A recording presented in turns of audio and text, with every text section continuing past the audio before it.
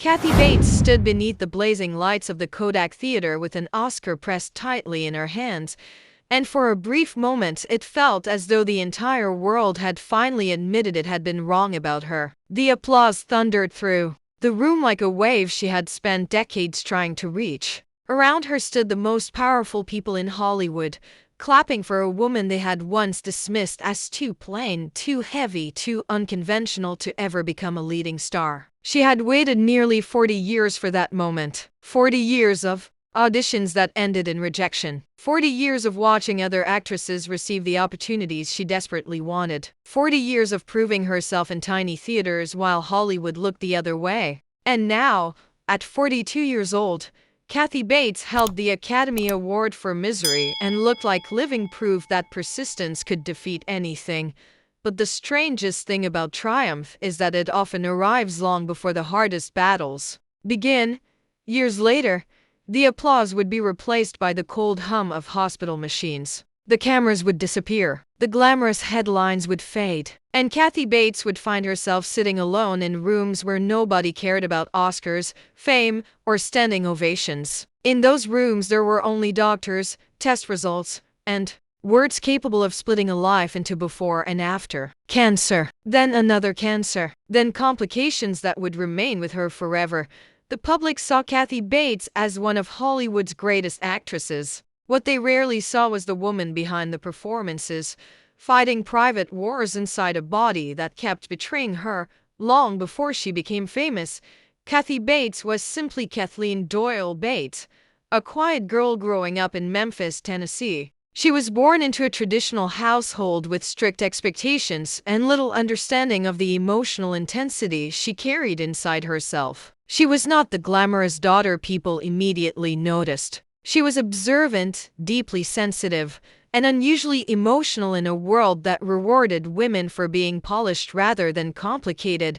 That sensitivity eventually became her greatest weapon as an actress. But as a young woman, it often made her feel invisible. When she moved to New York in the early 1970s, she arrived carrying enormous dreams and almost no security. Like thousands of struggling actors before her, she took whatever work she could find. She waited tables. She sang in restaurants. She performed in tiny productions for audiences so small they could barely pay the electric bill. Every audition carried hope. Most ended in rejection. Hollywood executives saw her as talented but marketable only in small doses. They imagined her as the quirky side character, never the woman audiences would center an entire movie around. Again and again she heard the same cruel language. Too heavy, too plain, too old-fashioned, too different. For many actors, rejection eventually becomes unbearable. It erodes confidence little by little until the dream dies quietly. Kathy Bates refused to let that happen. She stayed in New York and kept working even when success felt impossibly far away. Theater critics adored her performances. Audiences remembered her long after productions ended. But Hollywood remained stubbornly blind. Then came one of the cruelest disappointments of her career. In 1983, she starred in the Broadway production of Night Mother, delivering a performance so emotionally devastating that audiences left theaters shaken. She built the role from the ground up and turned it into one of the most respected stage performances of the decade. When the play was adapted into a film, Kathy Bates expected that finally her moment had arrived. Instead, Hollywood replaced her with another actress. The woman who had created the role watched someone else receive the recognition and awards attention connected to it. It was the kind of rejection that scars a person permanently. Not loud, dramatic pain, but the quiet kind that settles deep inside and changes the way you see yourself.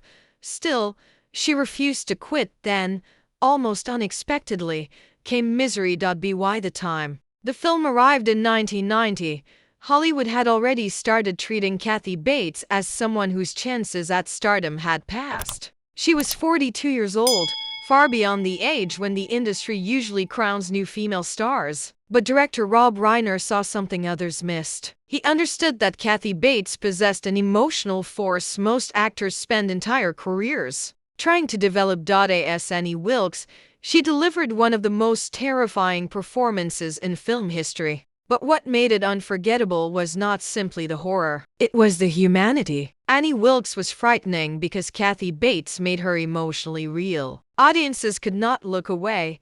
The Oscar changed everything overnight. Suddenly Hollywood wanted her. Scripts arrived. Directors called. Critics who once ignored her now described her as one of the finest actresses alive. She followed Misery with powerful performances in Fried Green Tomatoes, Dolores Claiborne, Titanic, About Schmidt, and countless other projects that proved her success was no accident. Finally, after decades of struggle, she had become exactly what she always dreamed of becoming. Then her body turned against her. In 2003, Kathy Bates received devastating news: breast cancer. She chose not to tell the public immediately. In an industry obsessed with image and appearance, she protected her privacy fiercely. She underwent a double mastectomy and endured the emotional devastation that comes with losing parts of your body while still being expected to function normally in front of cameras. The physical pain was brutal, but the emotional consequences ran even deeper. For most of her life, Kathy Bates had already battled Hollywood's obsession with female bodies. She had spent decades hearing she was not thin enough, glamorous enough, or attractive enough. Now, cancer transformed her body in ways no performance or makeup department could hide from her privately. The surgeries left scars both visible and invisible. Recovery was exhausting. Fear became permanent. Yet somehow she kept working. That was one of the defining truths of Kathy Bates's life. No matter what happened to her physically or emotionally, she always returned to work. Acting remained the place where she felt most alive, most powerful, and most understood.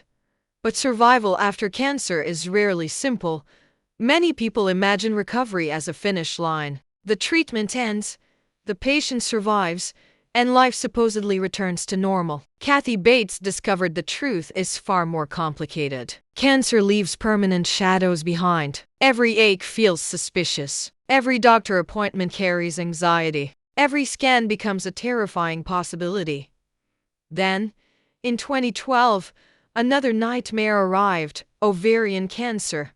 The diagnosis shattered whatever illusion of safety still remained. She had already survived breast cancer once. Now she faced another life-threatening disease entirely. Again there were surgeries. Again there were hospital rooms filled with cold medical language. Again there was fear. This time she eventually chose to speak publicly, not for sympathy, not for publicity, but because she understood how many women delay medical appointments out of fear, embarrassment, or denial. Kathy Bates wanted women to recognize symptoms early. She wanted them to stop postponing doctor visits. She understood that silence can become deadly.